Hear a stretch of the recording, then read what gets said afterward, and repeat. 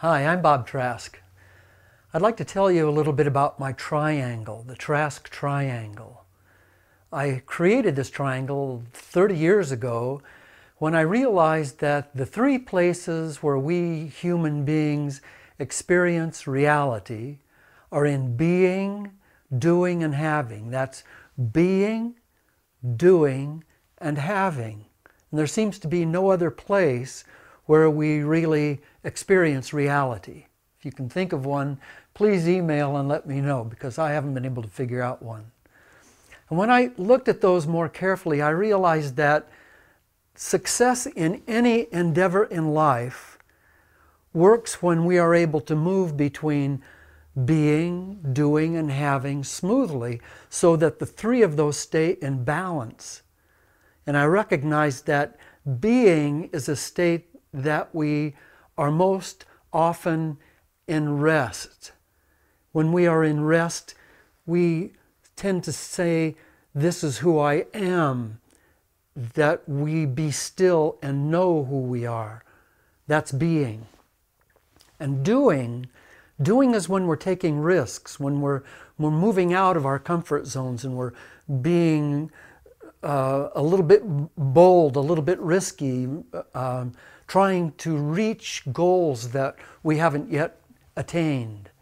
And then having, the very beautiful, wonderful place of having is the place of win. It's the place where we become aware of all that we have accomplished. So being, doing, and having. We could say that being, doing, and having are three levels of abundance, where we be abundant, we do things that bring about abundance, or we have abundance. Certainly it's very indicative of today's world when we're in this economic crisis and there are so many people out of work, that we would want to think of ways that we could bring about more abundance, more security for ourselves and for our families, for the people that we love. So that we move from be to do to have in the following way. Whereas in being, where we are at rest, we then go into discovery, a process of discovery, saying, if this is who I am, and I know who I am, then I begin to become curious about what might I be able to do. If this is who I am, what might I be able to do? Maybe I'll go climb a mountain, or climb Mount Everest, or learn to scuba dive, or free dive to 100 feet under the sea, or write a book, or a poem, or paint a picture, or meet someone that I've really wanted to meet, or get a new job, or make out a resume, or meet my life's mate, or any number of things. And what we discover is that in order for us to have something different that we've never had before, we have to do something different that we've never done before. And in order to do that, we have to take a risk. Therefore, that line that goes from doing down to having is called the line of risk. And then here in this place, the wonderful place of having, is the place of win. That's where we win. That's where we acknowledge our wins. And then we move back across over on a line called self-love or self-validation, back to the place of be. Now, we'll talk a lot in the coming months about how those processes work more in depth. But today I'd like to talk to you about this one little corner right over here where we come down on the risk side, acknowledge our wins, acknowledge ourselves as winners, acknowledge that what we've done was perfect. We may not have gotten exactly the goal that we were after, but we took a risk. We moved out of our comfort zone. We did something we didn't think we were going to be able to do. We did that, and because of that, we're winners. And if we're willing to own that, and own ourselves as winners, then we can go into that process of self-love, and in that process of self-love, move back once again into being, and being on a much higher level than we were when we were in being before. So that process at that corner is sometimes difficult. We get in the habit, instead of making that perfect corner, we get in the habit of going what I call inside the triangle. Inside the triangle at this corner takes us into a place of unworthiness. says I'm not really worthy of seeing myself as a winner. I could have done it different. I could have done it better. I'm not good enough.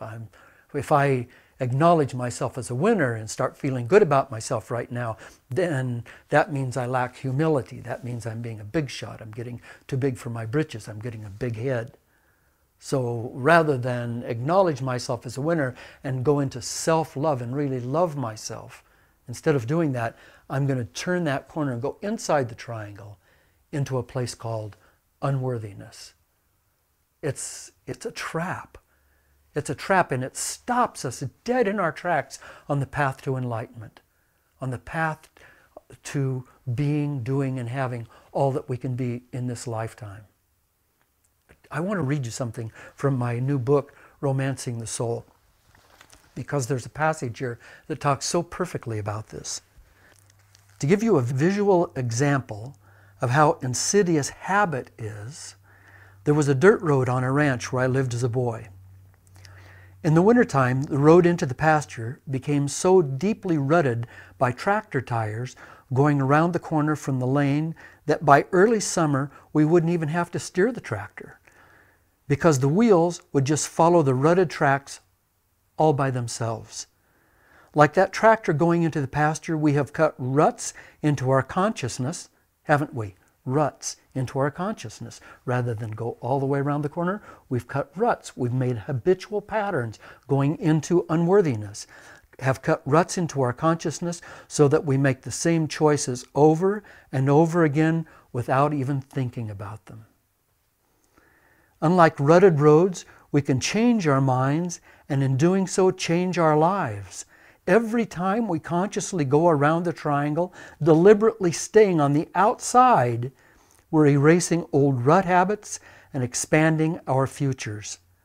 Our courage also expands, as does our self-confidence, and our lives widen and deepen.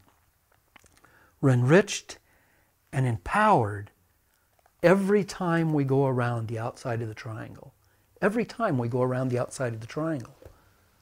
So the message today is that it's okay for us to be all that we can be, and have all that we can have, and do all that we can do in this lifetime.